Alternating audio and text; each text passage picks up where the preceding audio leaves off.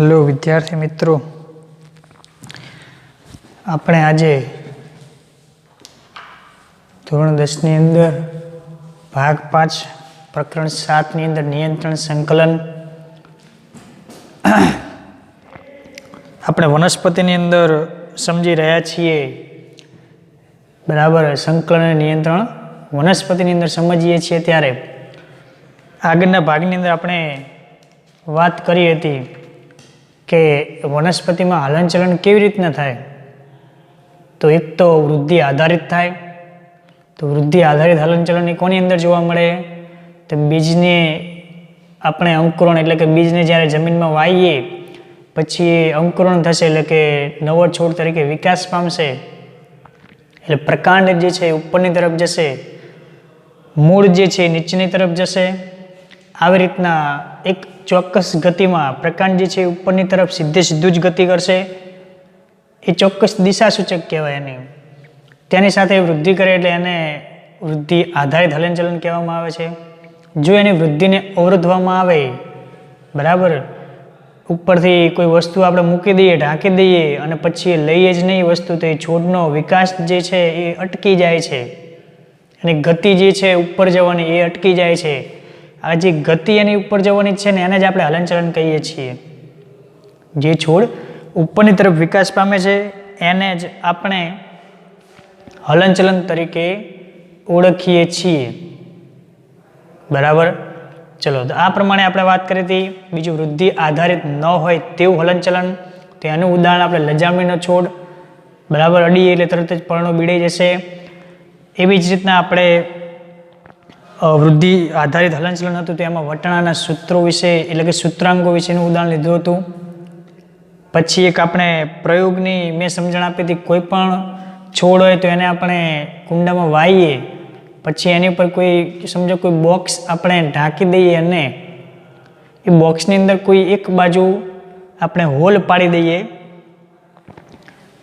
એ હોલમાં પ્રકાશ જશે એટલે જ્યારે છોડનો વિકાસ થશે તો એ છોડ જે છે ધીમે ધીમે કઈ બાજુ વળાંક પામશે? પ્રકાશ બાજુ વળાંક પામશે. કઈ બાજુ?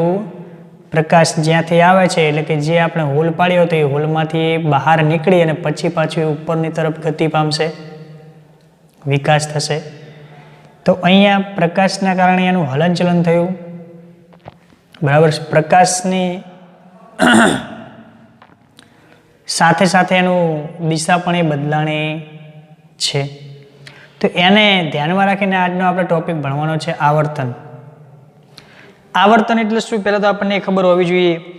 તો આવર્તન એટલે કે વનસ્પતિના અંગોની અંદર જે હલનચલન થતું જોવા મળે એ હલનચલન કોઈ પણ માધ્યમ દ્વારા કે અથવા તો કોઈ પણ બાહ્ય ઉત્તેજનાને આધારે એ હલનચલન થાય. વનસ્પતિના છોડની અંદર કોઈ પણ બાહ્ય ઉત્તેજનાના કારણે એના હલનચલનમાં ફેરફાર થાય, દિશામાં ફેરફાર થાય, તો એને આપણે આવર્તન કહીએ છીએ. બરાબર, સમજો કે આપણે એને ઢાંકી દીધું, તો ઢાંકી દીધું એ બરાબર, પછી પ્રકાશ જે ઉપરથી આવતો હતો, પ્રકાશ જે છે એ ઉત્તેજના છે એના માટે. છોડ માટે પ્રકાશ જે છે પોતે શું છે? ઉત્તેજના. અને છોડનું વળાંક પામી અને પ્રકાશ તરફ જવાની જે ઘટના છે એને પ્રતિચાર કહેવાય. ઉત્તેજના અને સામે પ્રતિચાર, એ બે શબ્દોની સમજ પણ મેં તમને આ ગયા લેક્ચરની અંદર આપી હતી કે બાઇક છે તો એની અંદર પેટ્રોલ આપણે નાખીએ તો પેટ્રોલને આપણે ઉત્તેજના સમજીએ અને બાઇક દોડશે તો એનો પ્રતિચાર છે પેટ્રોલ પ્રત્યેનો. શિક્ષકનું ઉદાહરણ મેં આપ્યું હતું. બરાબર, તો આ પ્રમાણે ઉત્તેજના અને પ્રતિચાર પ્રત્યે કે કોઈ પણ બાહ્ય ઉત્તેજના હોય વનસ્પતિ માટે, એ બાહ્ય ઉત્તેજનાના આધારે જે તે હલનચલન એની અંદર જોવા મળે છે એ હલનચલનને આપણે આવર્તન તરીકે ઓળખીએ છીએ. એવું પણ હું કહી શકું, છોડનો વિકાસ થતો હોય, છોડ જમીનની એને જે જમીન અનુકૂળ, સમજો કાળી જમીન અનુકૂળ છે, કપાસ છે તો કાળી જમીન અનુકૂળ છે, એ જ એ કપાસનું છોડ છે એને આપણે અન્ય જમીનમાં ઉગાડીએ તો અહીંયા કાળી જમીન છે એ ઉત્તેજના છે. અન્ય જમીનમાં આપણે ઉગાડીએ તો એ જે જમીન છે, સમજો કે લાલ જમીન છે તો એ ઉત્તેજના છે. પણ એની સામેનો છોડનો પ્રતિચાર શું છે? બરાબર. છોડનો પ્રતિચાર શું છે? તો કાળી જમીનમાં એ ઝડપથી વિકાસ પામે છે અને લાલ જે રાતી જમીન છે એમાં એ ઝડપથી વિકાસ પામી શકતો નથી. આ એની પ્રતિચાર થયો. તમને કોઈ હોમવર્ક શિક્ષકે આપ્યું હોય, બરાબર, મેં જ તમને કંઈક હોમવર્ક આપ્યું છે, ક્લાસમાં આવો તમે, એ હોમવર્ક જે છે એ ઉત્તેજના છે, મેં આપેલું છે એ ઉત્તેજના છે. તમે ક્લાસમાં એને હોમવર્ક ના લાયા હોય અને હું એક જ તમને ઝાપટ મેલું તો એ તમારો શું થયો? એટલે કે તમારા પ્રત્યે શું થયો? પ્રતિચાર થયો. અને હોમવર્ક મેં તમને આપ્યું છે, એ હોમવર્ક પોતે ઉત્તેજના છે, તમે લાયા નથી તો હું તમને કોઈ પણ સજા કરી શકું, એને હું 5 વાર લખવા પણ આપી શકું, તો એ પ્રતિચાર થયો. તો આ પ્રકારે આપણે આજે આવર્તનની વાત કરીએ છીએ. તો આવર્તનની અંદર પહેલાં આપણે વ્યાખ્યા જોઈએ કે વનસ્પતિના અંગમાં બાહ્ય ઉત્તેજના અનુરૂપ હલનચલન એની અંદર જે થશે એને આપણે આવર્તન તરીકે ઓળખીએ છીએ. વનસ્પતિના અંગની વૃદ્ધિ ઉત્તેજના પ્રેરતા પરિબળની દિશા તરફ હોય તો તેને ધન આવર્તન કહેવાય, અને ઉત્તેજના પ્રેરતા પરિબળની વિરુદ્ધ દિશામાં હોય તો તેને ઋણ આવર્તન કહેવાય છે. આ એક પોઈન્ટ આપણે સમજીશું તો બધા જ એના જે પ્રકાર છે એ ઝડપથી આપણને સમજણ પડશે. વનસ્પતિના અંગની વૃદ્ધિ ઉત્તેજના પ્રેરતા પરિબળની દિશા તરફ, જો અહીંયા હું એક આકૃતિ દોરું છું,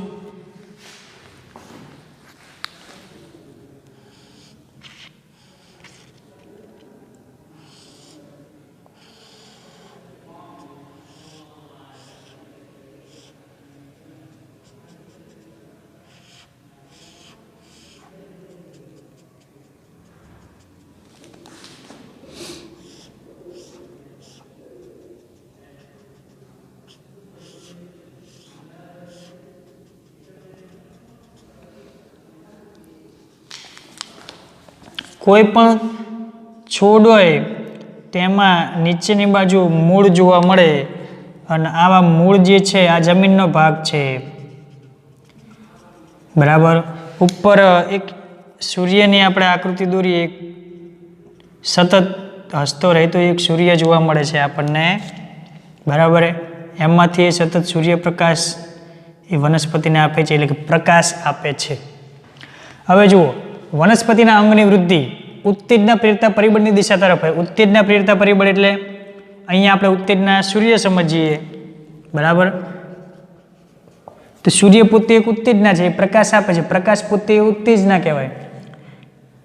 વનસ્પતિનો ભાગ જે છે એ હવે પ્રકાશ પ્રત્યે કેવો પ્રતિચાર આપશે, બરાબર. એ પ્રકારે આપણે આવર્તનના એક શબ્દને ધ્યાનમાં સમજવાનો છે. ધન આવર્તન કોને કહેવાય, ઋણ આવર્તન કોને કહેવાય? તો કે જે બાજુથી ઉત્તેજના મળતી હોય એ બાજુ વનસ્પતિના ભાગનું હલનચલન થતું જોવા મળે તો તેને ધન આવર્તન કહેવાય, બરાબર. સમજો કે આ ઉદાહરણ છે એ જમીનનું છે, આ શું છે? જમીન. તો સૂર્ય છે એ ઉત્તેજના છે, ઉત્તેજના પ્રત્યે કોણ હલનચલન દર્શાવે છે? પ્રકાશ. પ્રકાશ પ્રત્યે કોણ હલનચલન દર્શાવે છે? વનસ્પતિને છોડ. મૂળ દેખાડે, મૂળ જે છે પ્રકાશ, સમજો કે મૂળ છે તો મૂળ જે છે ઉપરની બાજુ આવશે, પ્રકાશ બાજુ ના, એ આવશે નહીં. એટલે અહીંયા ધન આવર્તનની હું વાત કરું છું. ધન આવર્તન કોને કહેવાય? તો આને ધ્યાનમાં રાખીએ તો ધન આવર્તન કોને કહેવાશે? તો કે અહીં છોડ છે એટલે કે પ્રકાંડ જે છે આ એ પ્રકાંડ પ્રકાશ બાજુ વિકાસ પામે છે, એટલા માટે પ્રકાંડને કેવું કહેવાશે? ધન આવર્તન કહેવાય. કેવું? અને નીચે મૂળ જે છે એ મૂળ જે છે એને ઋણ આવર્તન કહેવાય, કારણ કે અહીંયા આપણને વાત કરી છે કે ઉત્તેજના પ્રેરતા પરિબળની દિશા તરફ ગતિ હોય, કોઈ વનસ્પતિના અંગની વૃદ્ધિ હોય તો અહીંયા ઉત્તેજનાને આપણે એક જ શબ્દ પકડવાનો. ઉત્તેજના કઈ છે? પ્રકાશ. પ્રકાશ બાજુ કોણ વળાંક પામે છે? તો પ્રકાશ બાજુ કોણ વિકાસ પામે છે, વૃદ્ધિ પામે છે? તો પ્રકાંડ. પ્રકાંડ વૃદ્ધિ પામે છે તો પ્રકાંડને કેવું કહેવાશે? ધન. જે વૃદ્ધિ પામતું હોય એ બાજુનો ભાગ જે અને ધન કહેવાય. એની વિરુદ્ધ સાઈડ છે મૂળ. તો મૂળ છે નીચેની તરફ વૃદ્ધિ પામે છે અને એનો પ્રકાશ સાથે કોઈ લેવા દેવા નથી, તો એને કેવું કહેવાશે? ઋણ આવર્તન. બરાબર. આવા શબ્દોને આપણે બે ધ્યાનમાં છે. પ્રકાર સમજીએ એટલે આપણને ઓટોમેટિક આની વ્યાખ્યા આપણને ખબર પડી જશે. આના ઉપરથી આપણને આ ખબર પડી ગઈ. ઉત્તેજના પ્રેરતા પરિબળની વિરુદ્ધ દિશા. ઉત્તેજના પ્રેરતો પરિબળ એટલે અહીંયા પ્રકાશ. અહીંયા હું લખું કે ઉત્તેજના પ્રેરે કોણ? તો કે પ્રકાશ. એટલે કે ઉત્તેજના આપતો એક ભાગ કયો છે? પ્રકાશ. એની બાજુ કયું છે? પ્રકાંડ. તો એને ધન આવર્તન કહેવાય. બરાબર. ચલો હવે આપણે અહીંયા ઉત્તેજના પ્રેરતા પરિબળો પ્રકાશ પણ હોઈ શકે, ગુરુત્વાકર્ષણ બળ પણ હોઈ શકે, પાણી પણ હોઈ શકે, રસાયણ પણ હોઈ શકે અને સ્પર્શ પણ હોઈ શકે. આને આપણે ડિટેલમાં સમજીએ એટલે આપણો આ ટોપિક કમ્પ્લીટ સમજાઈ જશે. તો પહેલું વાત કરી પ્રકાશાનું વર્તન. તો એની વ્યાખ્યા આપણે લઈએ તો કે વનસ્પતિના અંગોનું હલનચલન, વનસ્પતિના અંગોનું હલનચલન પ્રકાશ પ્રત્યે હોય તો તેને પ્રકાશાનું વર્તન કહેવાય છે. વનસ્પતિના અંગોનું હલનચલન પ્રકાશ પ્રત્યે હોય એટલે કે પ્રકાશના કારણે થતું હોય તો તેને પ્રકાશાનું વર્તન કહેવામાં આવશે. ઉદાહરણ તરીકે આપણે આ જ ઉદાહરણ લેવાનું છે કે અહીંયા જ આપણે જે સમજાવ્યું છે આ એક ખાસ યાદ રાખવાનું છે. પ્રકાંડ જે છે એ કેવું છે? ધન આવર્તન. અને મૂળ જે છે એ આપણને ઋણ આવર્તન જોવા મળે. બધા જ પ્રકારની અંદર આપણે આટલું જ યાદ રાખવાનું છે. એક વ્યાખ્યા અને એના ઉદાહરણ. તો પ્રકાંડ છે એ કયું દેખાડે અને મૂળ છે તો એ કયું આવર્તન દેખાડે. તો આમાં ખબર પડી પ્રકાશ શબ્દ પકડવાનો. એના પછી વ્યાખ્યા તો બધામાં સેમ જ છે. બરાબર. વનસ્પતિ અંગોનું હલનચલન પ્રકાશ પ્રત્યે હોય તો એને પ્રકાશાનું વર્તન. આગળ જઈએ ભૂ આવર્તન છે તો ભૂ એટલે જમીન. જમીન પ્રત્યે આવર્તન દેખાડે તો એને ભૂ આવર્તન કહેવાય. પ્રકાશમાં પ્રકાંડ છે એ ઉપર છે, પ્રકાશ ઉપર છે એ ઉત્તેજના છે તો એ બાજુ પ્રકાંડ છે એ ધન, નીચે મૂળ છે તો એ ઋણ. ચલો બીજું સમજીએ એટલે આપણને વધારે ખ્યાલ આવશે. ભૂ આવર્તન તો કે એની વ્યાખ્યા લઈએ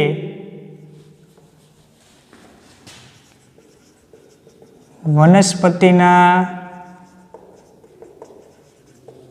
અંગોનું હલનચલન જમીન તરફ જોવા મળે. સોરી, એક મિનિટ. આ વ્યાખ્યામાં થોડીક આપણે ક્લિયર કરી લઈએ.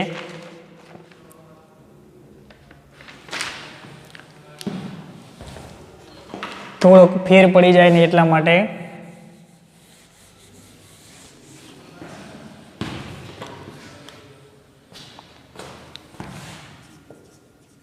ગુરુત્વાકર્ષણની દિશા તરફ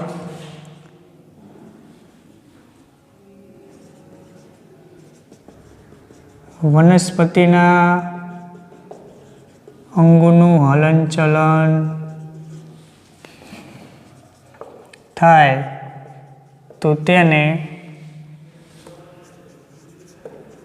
ભૂ આવર્તન કહેવાય છે. ગુરુત્વાકર્ષણની દિશા તરફ વનસ્પતિના અંગોનું હલનચલન થાય તો તેને ભૂ આવર્તન કહીએ છીએ. ઉદાહરણ પહેલા લખી લો પછી એની તમને સમજણ આપું. પ્રકાંડ જે છે એ કેવું દર્શાવે અને મૂળ જે છે એ કેવું દર્શાવશે. તો પ્રકાંડ જે છે એ આપણને ઋણ આવર્તન બતાવશે અને મૂળ છે તો એ ધન આવર્તન બતાવશે. કેવી રીતના?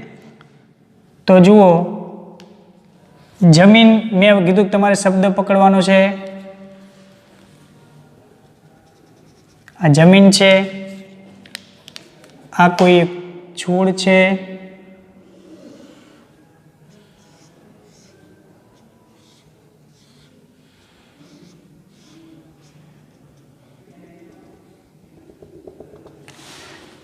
છે, જમીન છે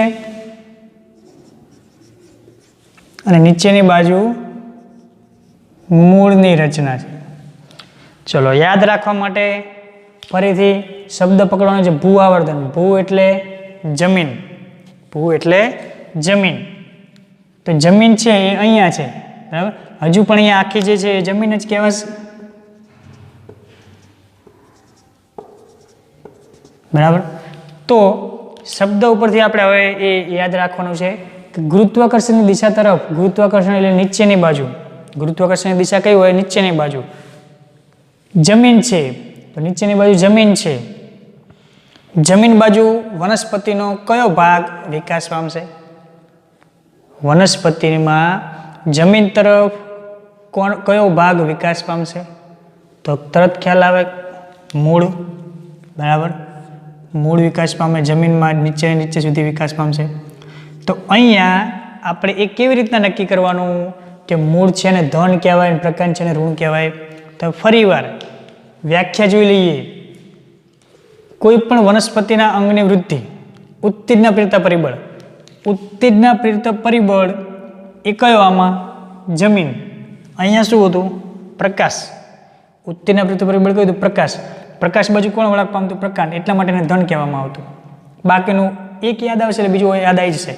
એનું વિરુદ્ધ હોય તો ઋણાવર્તન ગણાશે જ. પણ અહીંયા ઉલટું થયું. જુઓ, ભૂ એટલે જમીન. જમીન ક્યાં હોય? નીચે. પ્રકાશ ક્યાં હતો? ઉપર હતો. જમીન નીચે છે, જમીન તરફ મૂળ વિકાસ પામે તો એને કેવું કહેવાય? ધન આવર્તન. ધન એટલે આપણે એક પોઝિટિવ વાત અહીંયા આપણે યાદ રાખવાની છે. પોઈન્ટ બધા એકદમ સહેલા છે પણ દરેકને ભૂલ ક્યાં થાય છે? ધન અને ઋણ જે કેવી રીતના લખવું એ આડાવડી દરેકને થઈ જાય છે, બરાબર. એ ન થાય એટલા માટે હું તમને સમજણ આપું છું કે યાદ રાખવા માટે એક જ શબ્દ પકડવાનો. શું છે? ભૂ આવર્તન એટલે કે જમીન. જમીન છે, જમીન બાજુ કોનો વિકાસ થાય? મૂળનો થાય.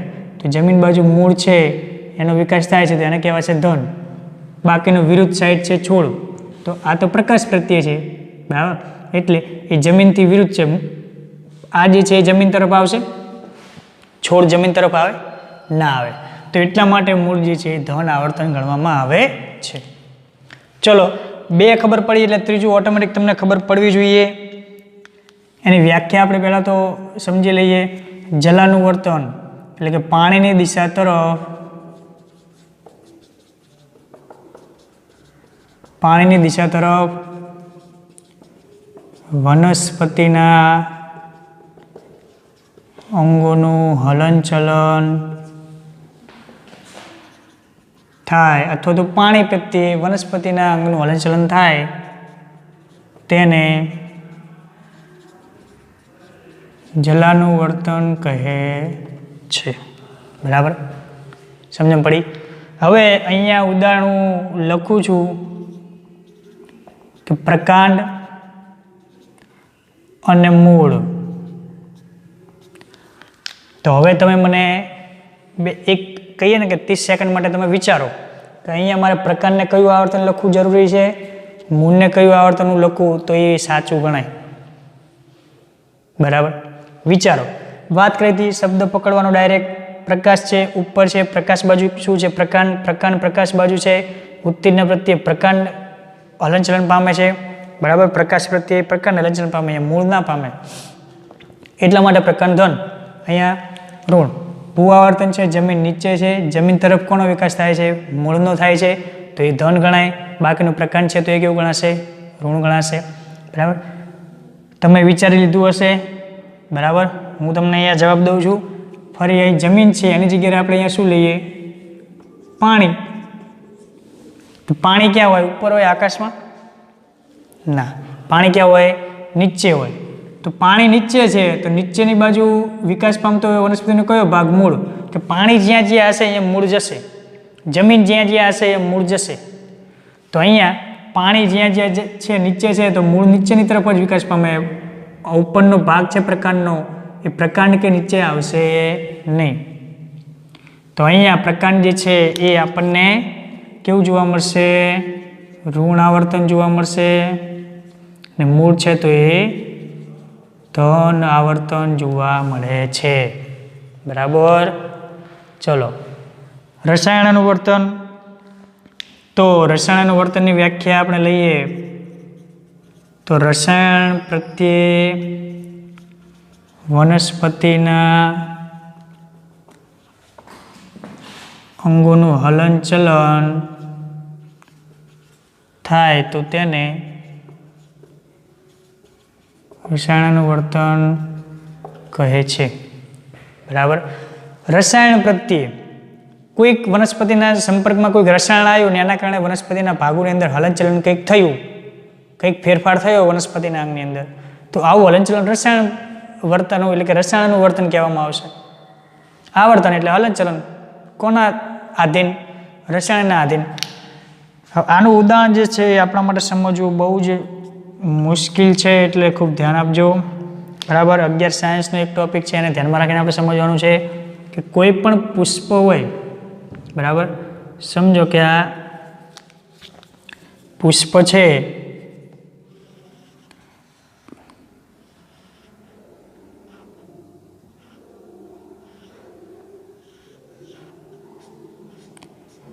તો પુષ્પની અંદર વચ્ચેની બાજુ માદા પુષ્પ હોય તો એની અંદર એક માદા ભાગ એની અંદર આવેલો હોય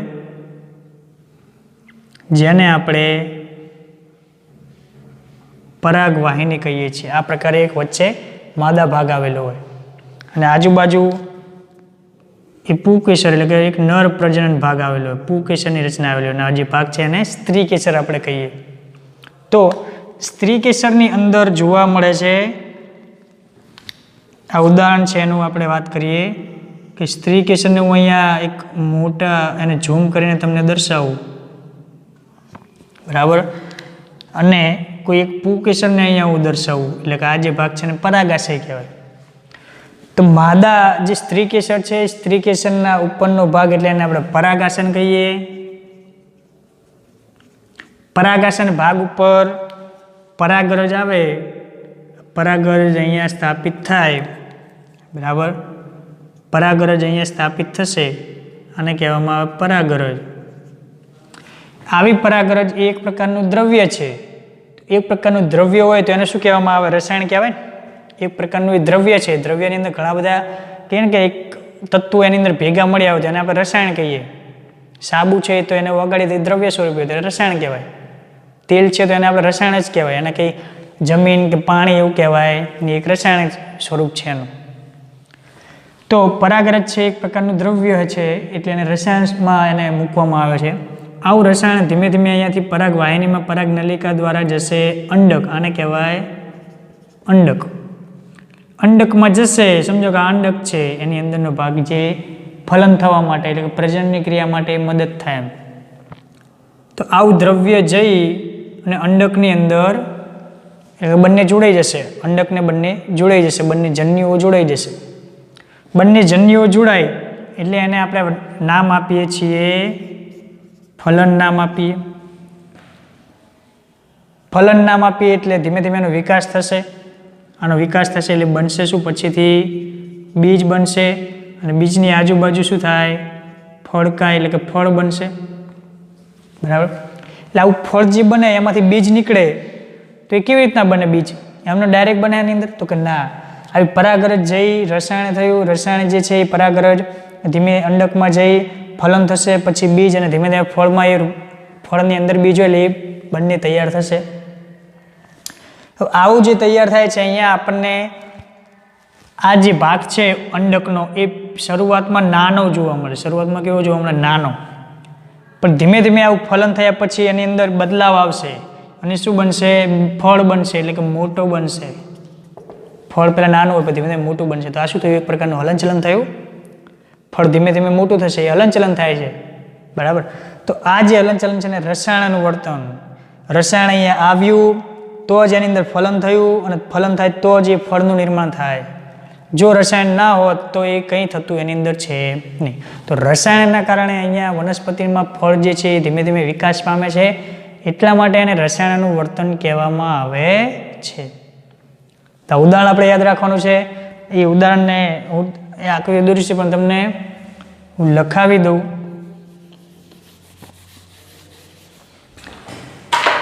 કે સ્ત્રી કેસરના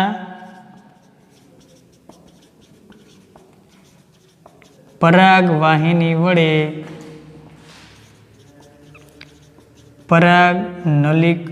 પરાગવાહિનીમાં આવેલ પરાગનલિકામાં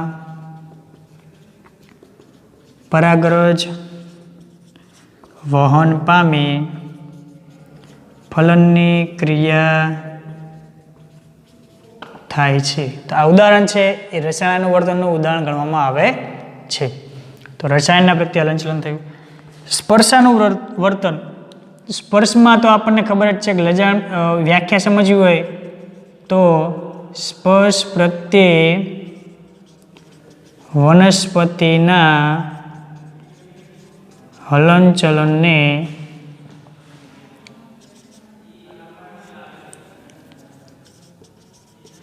સ્પર્શાનુવર્તન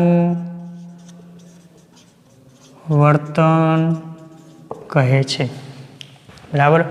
ઉદાહરણ લેવું હોય એને તો ઉદાહરણ આપણને ખબર જ છે, લજામણીનો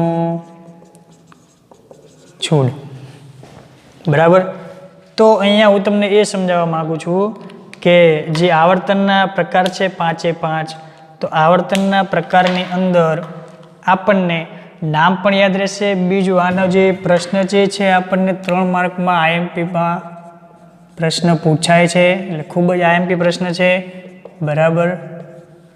તો એને યાદ રાખવાની, એક પહેલાં વ્યાખ્યા યાદ રાખવાની છે, પછી એનો એક આખા ટોપિકનો હાર્દ જે છે કે ઉત્તેજના પ્રેરતા પરિબળની દિશા તરફ જો હલનચલન થતું હોય તો એને ધન આવર્તન કહેવાય, અને ઉત્તેજના પ્રેરણાની વિરુદ્ધ દિશામાં થતું હોય તો ઋણ આવર્તન.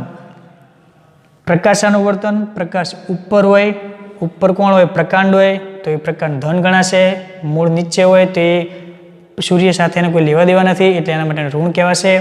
ભૂ આવર્તન, તો એ ભૂ એટલે જમીન, જમીન તરફ કોનો વિકાસ થાય? તો કે મૂળનો. તો મૂળ કેવું ગણાશે? ધન ગણાશે. બાકીનું સામે છે વિરુદ્ધ છે તો એ ઋણ ગણાશે.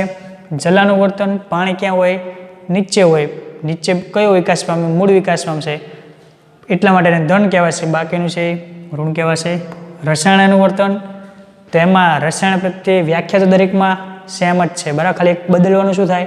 પાણીની દિશા તરફ, રસાયણની દિશા તરફ, સ્પર્શની દિશા તરફ, બાકી બધું સેમ. સ્ત્રીકેસરના પરાગવાહિનીમાં પરાગરજ જઈ અને ફલનની ક્રિયા કરશે એટલે ફળ મોટું બનશે, એ એક હલનચલન થયું. એટલે રસાયણાનુવર્તન અને સ્પર્શાનુવર્તનમાં આપણે આ ધન અને ઋણનો ટોપિક જે છે આવશે નહીં. 3 પૂરતું યાદ રાખવાનું. એમાં પણ તમે આ રીતના યાદ રાખો તો પણ વાંધો નથી, પણ આપણે સમજીને યાદ રાખવાનું છે, એટલા માટે અહીંયા આકૃતિને સમજીને આપણે યાદ રાખવાનો પ્રયત્ન કરવાનો. બાકી જેને યાદ ન રહે એને એકદમ સરળ છે યાદ, ગૂંખીને યાદ રાખવું હોય તો એક ટ્રીક વાપરીએ કે પ્રકાશ હોય તો એમાં ધન ઋણ, બાકીના 2 જે છે એમાં બંનેમાં આનાથી વિરુદ્ધ, એવું આપણે યાદ રાખી શકીએ છીએ. ચલો, તો આની સાથે આપણે ભૂ આવર્તનને જે આખા આવર્તનના પ્રકાર છે એની માહિતી લીધી. આવતા લેક્ચરની અંદર આ જ પ્રમાણે આપણે પ્રાણીઓની અંદર જે કેટલાક અંતઃસ્ત્રાવો જે મુક્ત થાય, વનસ્પતિની અંદર કેટલાક અંતઃસ્ત્રાવો મુક્ત થાય છે એની આપણે ચર્ચા કરીશું.